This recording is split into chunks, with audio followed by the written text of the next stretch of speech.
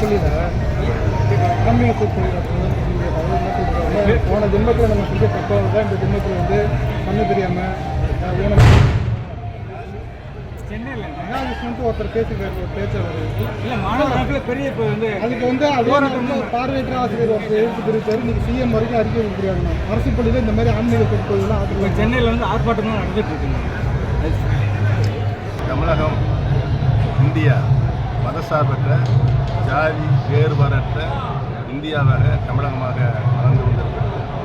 இதில் யாரையும் பிரித்து பார்ப்பது என்பது முடியாத காரணம்.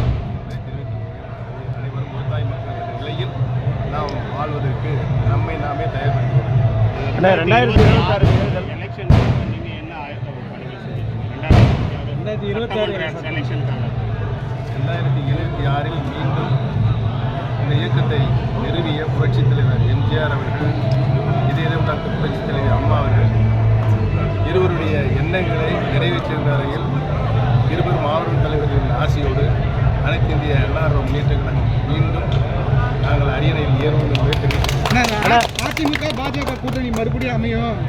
ஜி.கே. வாசன் வந்து அதுக்காக பேச்சுவார்த்தையில் இருக்காரு. 3 வருஷம் இருக்குது, பொறுமையாக இருக்குது. வியாபாரம் உங்களை சொல்லிதான் கூட்டணி பேச்சு காரியம். ஆனால் திமுகவில் உதயநிதியை வந்து துணை முதல்வர் ஆகணும்னு சொல்லிட்டு இருக்காங்க. அதை பற்றி உங்களுடைய பார்வை என்னென்ன? இன்றைக்கு இருக்கின்ற மெஜாரிட்டி நிலை வைத்துக் கொண்டு அவர்கள் வாரிசு வழியாக வருவதற்கு முயற்சி செய்து கொண்டிருக்கிறார்கள். விஜய் அரசியலில் ஜெயிச்சிருவாரா? ஏற்கனவே நான் சொல்லிவிட்டேன், 3 முறை சொல்லிவிட்டேன், 3 முறை நிருபர்களும் தெரிவித்தேன். விஜய் அரசியல் இயக்கம் ஆகிவிட்டு நான் என்னுடைய வாழ்த்துக்களை தெரிவித்துள்ளேன். கோட் படம் பார்த்தீங்களாண்ணே? படம் பார்க்குற பழக்கம் இல்லை. புரட்சித் தலைவர் எம்ஜிஆர் அவர்கள் திரைப்படங்களில் நடிப்பதை நிறுத்தியதோடு நானும் திரைப்படங்கள் முழுமையாக பார்க்கவில்லை என்ற நிலையில் இருக்கிறேன்.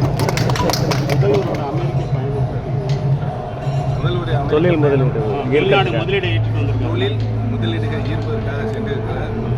அவர் பெருவாரியான தொழில் முதலீடுகளை ஈர்த்து தமிழகத்திற்கு கொண்டு வருவார் என்ற வாழ்த்துக்கள். செய்திகளை உடனுக்குடனும் துல்லியமாகவும் தெரிந்து கொள்ள சப்ஸ்கிரைப் பண்ணுங்க.